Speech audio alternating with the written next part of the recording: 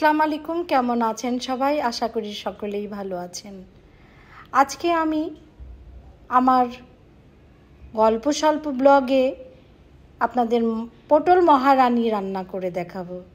পটল মহারানী রান্না করার জন্য আমি পটলটাকে সুন্দর আঁচড়ে ছিলে একটু লবণ দিয়ে মাখিয়ে রেখেছি।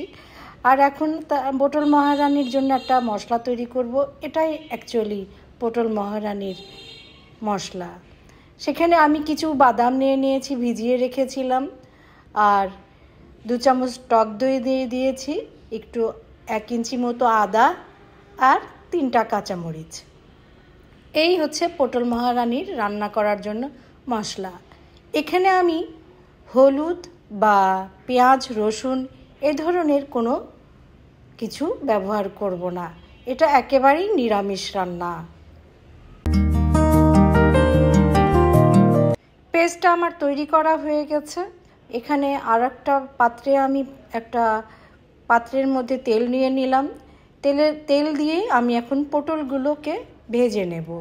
এখানে পটলের সাথে আমি হলুদ লাগাবো না, তার কারণ এটা পুরাটাই সাদা হবে। আমি পটলগুলোকে খুব সুন্দর করে ভেজে নিচ্ছি, ভেজে নামিয়ে নেব।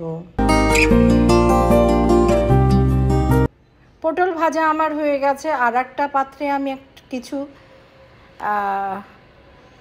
রাঁধুনি দিয়ে দিলাম। এই রাঁধুনিগুলোকে ভেজে নিচ্ছি, কারণ এটা ভাজনার জন্য লাগবে। ক্যামেরা অফ হয়ে গিয়েছিল, আমি খেয়াল করিনি। তো ঠান্ডা তেলের মধ্যে আমি যে পেস্টটা তৈরি করেছি বাদামের টক দইয়ের, সেটা আমি তেলের মধ্যে দিয়ে দিয়েছি। তেলের মধ্যে আমি একটু শুকনা মরিচের গুঁড়া দিলাম, আর একটু লবণ দিয়ে দিলাম, আর একটু জিরা আর ধনিয়ার গুঁড়া দিলাম। এগুলো দিয়ে আমি গ্রেভিটা তৈরি করব। এর মধ্যে পটলটাও আমি দিয়ে দিলাম। এখন পটলটা আমি কিছুটা সিদ্ধ, ভাজার সময়ই হয়ে গেছে, এখন আর কিছুটা সিদ্ধ হয়ে নেবে। মশলার মধ্যে আমি একটু এলাচের গুঁড়া দিয়েছি, আর তেমন কিছু মশলা দেয়নি। এলাচের গুঁড়া বাদ দিয়ে আমি এখন আস্তে আস্তে এক একটা করে মশলা দিব।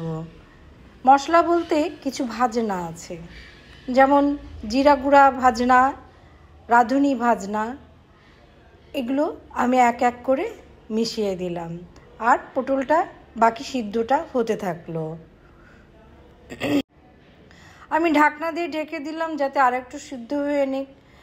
বেশ গ্রেভিটাও শুকিয়ে আসছে, পটলটা কিন্তু হয়ে গেছে। আমি এখন এর মধ্যে কিছুটা দুধ দিয়ে দেব। দুধটা একটু হালকা গরম গরম থাকবে, কুসুম গরম, একেবারে ঠান্ডা দুধ দিব না। আমি বেশ কিছু দুধ দিয়ে দিলাম। রান্না কিন্তু আমার হয়ে গেছে। এখন আমি সব শেষে এখানে আমি কিছু হাফ চামচেরও কম একটু চিনি দিয়ে দেব, আর হাফ চামচের কম একটু ঘি দিয়ে দেব সব শেষে। এটা দিয়ে আমি নামিয়ে নেব।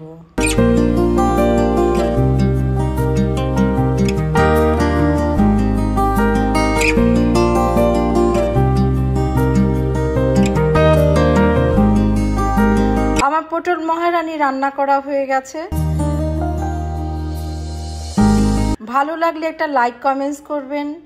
ভালো থাকবেন, সুস্থ থাকবেন, নিজের প্রতি খেয়াল রাখবেন।